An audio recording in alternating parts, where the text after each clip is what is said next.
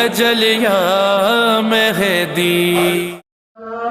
এই আজাদাররা যুগের ইমামের মুখ থেকে মাসায়েব শুনলো এবং যেটা তুমি দেখে সহ্য করতে পারবে না। পৃথিবীর বুকে 10ই মুহররমে যখন হোসেনের গলার উপরে খঞ্জর চালানো হচ্ছিল, এ আমার হাবিব, তুমি তোমার কন্যা আর তোমার ভাই আলীকে এই কথা বলে সরে গিয়েছিলে যে আলী, এ ফাতেমা, হোসেনের উপরে যে অত্যাচার হচ্ছে না, আমার সহ্য করার ক্ষমতা নেই। ফাতেমা, তুমি জানো আর তোমার হোসেন জানো, আমি চললাম ওই অবস্থাগুলো নিয়ে ফাতেমা আসবে, এই কারণে তুমিও চোখ বন্ধ করে দাও।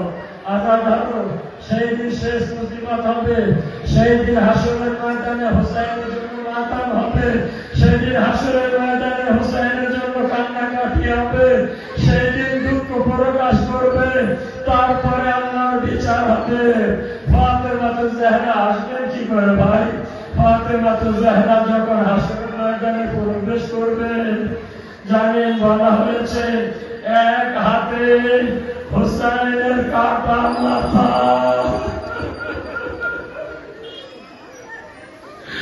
এক হাতে হোসেনের কাটা মাথা, অন্য হাতে আব্বাসের 2 বাজু, সঙ্গে থাকবে সকিনার ওই রক্ত মাখা জামা।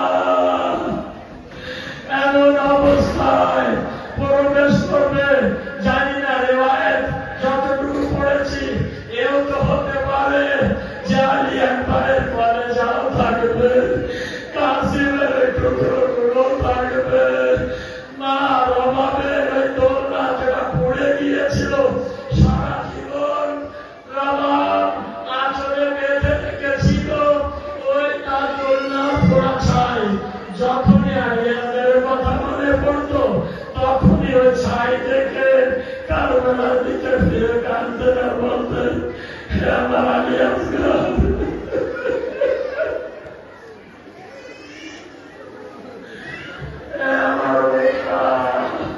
তোমার মা তোমাকে বলেনি, দেখো আমি এখন আমার আঁচলে তোমার দোলনা পোড়া ছাই বেঁধে রেখেছি।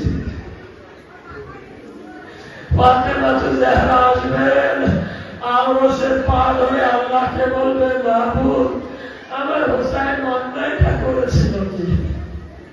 মাহবুব, শুধু আমার হোসেন না, 6 মাস বাচ্চা, আমাদের দেশের হিন্দু পরিবারের এক বিখ্যাত জ্ঞানী মানুষ যার নাম ছিল গুপিলাল, সে নিজের এক হোসাইনকে বক্তব্য দিতে এসেছিলেন এবং বক্তব্য দিতে দিতে নিজে এসেছে কাঁদতে কাঁদতে বলেছিলেন,